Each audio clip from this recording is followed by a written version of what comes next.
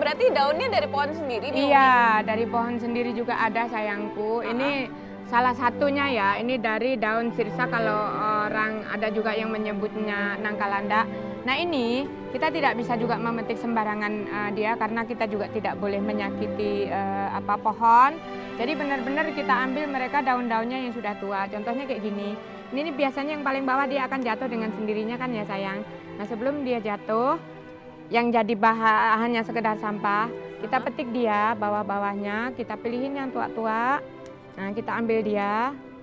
Nah biasanya kalau daun-daun yang seperti ini itu bisa untuk difermentasi. Oh, iya, Bisa untuk beda difermentasi. Ya, sama yang muda ya. Iya beda sayang. Nah Umi ini daunnya kan udah dapat. Ya. Terus sini. diapain? Nah disinilah ladang. Oh tepatnya di sini? Iya, ladang lumpurnya daun. cuma ini aja Umi? Iya sayangku, tapi hasilnya sangat-sangat banyak banget.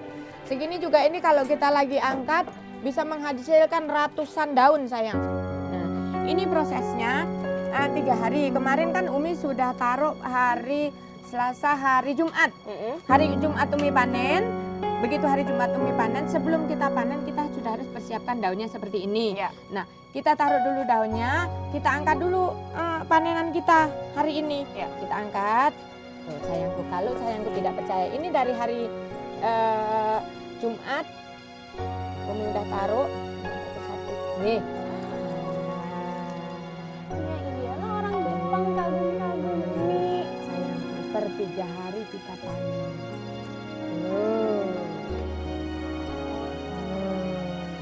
Iya. Ini langsung dicuci. Langsung di sini? dicuci di situ sayangku.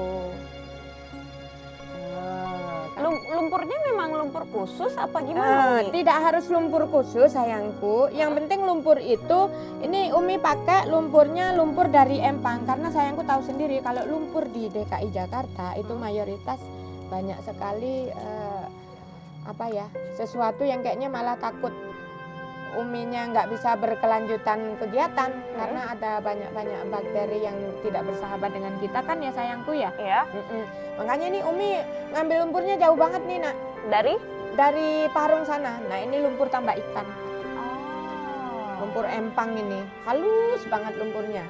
Lumpurnya kayak begini nih. Lumpurnya halus dia. Ini lumpur empang. Nah orang Jepang ini akhirnya beli satu daun ini berapa Umi? Rp2.000 dihargai. Iya, untuk daun ini. Yang kecil loh sayang. Jadi ada ini termasuk medium ya? Kecil. Yang kecil ini? Dua-duanya enggak, ini kecil. Ini kecil? Masuk daun kecil. Oh. Ada yang besar. Daun kalau orang sini bilang, orang Jakarta bilang itu namanya daun amplas.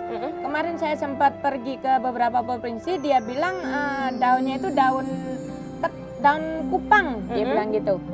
Daun kupang. Dan itu luar biasa. Berapa besar. Umi? Dibelinya 5.000 sampai 10.000 per satu daun.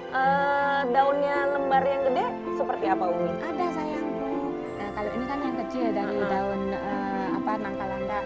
Ini asli. Terus ini diwarnain lagi Umi? Nah kalau ini aslinya sayang. Nah yang udah diwarnainya kayak gini nih. Umi warnai pakai pewarna tekstil.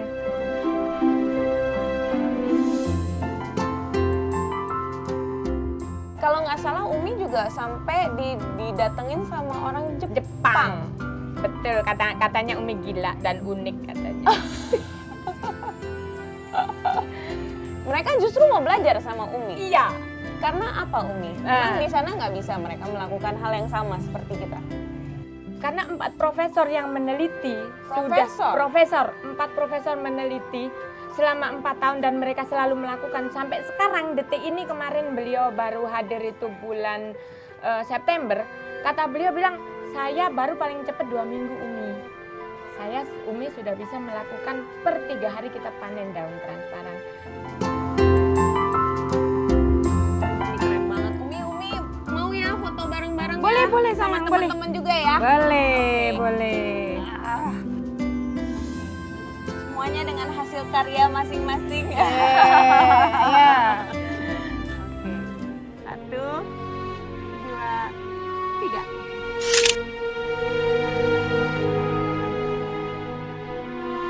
Ini saya boleh ngobrol juga ya? Silahkan bertanya kepada mereka. yang cantik aja ya. Oh, boleh. Iya. Habis yang lain lagi Ganteng-ganteng banget ya. ganteng sekali. Tapi Mbak ini namanya siapa? Yohana. Yohana udah berapa lama diajarin Umi untuk mengelola sampah? Sebenarnya sih belum lama, baru beberapa bulan ini. Ya 3 bulan lah. 3 bulan? Ketemu, iya, tapi karena prosesnya memang mudah mengolah sampah itu, jadi sekarang udah bisa gitu. Sosok Umi Tuti di mata kamu? Umi Tuti di mata semua anak-anak relawan sih yang pasti seperti ibu sendiri. Karena Umi selalu menganggap semua anak-anak relawannya itu anak-anaknya sendiri gitu. Jadi nggak ada yang dibedakan, entah itu anak kandungnya atau anak relawan yang Umi temui gitu, Umi ajak. Dan Umi itu low profile banget. Ketemu Umi itu seperti ketemu hero lah ibaratnya, dengan umurnya yang sudah tidak muda lagi, tapi beliau masih konsistensi untuk peduli lingkungan. Ya. Terutama juga mengajak generasi-generasi muda juga, seperti aku kan mahasiswa. Aku juga nanti ajak-ajak teman aku kayak gitu-gitu. Datang lagi ke sini, ada lagi yang kenal Umi, kita diajak sana kemari, ikut-ikut Umi, akhirnya jadi bisa juga. Wow, berarti ilmu itu memang luar biasa sekali, tidak hanya ilmu tapi kasih sayang Umi yang Amin, ya Allah ya Rabbal ternyata Alamin. dirasakan oleh banyak orang, termasuk kita-kita loh. Umi benar-benar terbuka dan nyaman sekali Umi di sini. Baru kenal aja udah langsung nyaman kan. Banget, banget.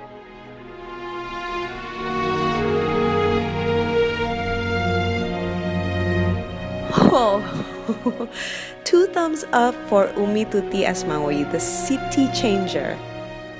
Buat saya, Umi bukan hanya berhasil menghasilkan produk kreatif dari bahan dasar sampah plastik, kayu, dan juga daun, tapi yang paling buat saya bangga adalah Umi juga mampu menghasilkan sumber daya manusia yang produktif, kreatif, dan lebih berkualitas. Semoga pertemuan saya dengan Umi Tuti dapat menjadi inspirasi sekaligus teguran untuk kita semua agar kita bisa memulai lebih peduli lagi dengan bumi ini dari hal yang paling mudah. Jangan buang sampah sembarangan. Sesungguhnya Allah itu baik, mencintai kebaikan. Bahwasanya Allah itu bersih dan menyukai kebersihan. Dia maha mulia yang menyukai kemuliaan. Dia maha indah menyukai keindahan. Karena itu, bersihkan tempat-tempatmu. Hadis riwayat Turmudzi.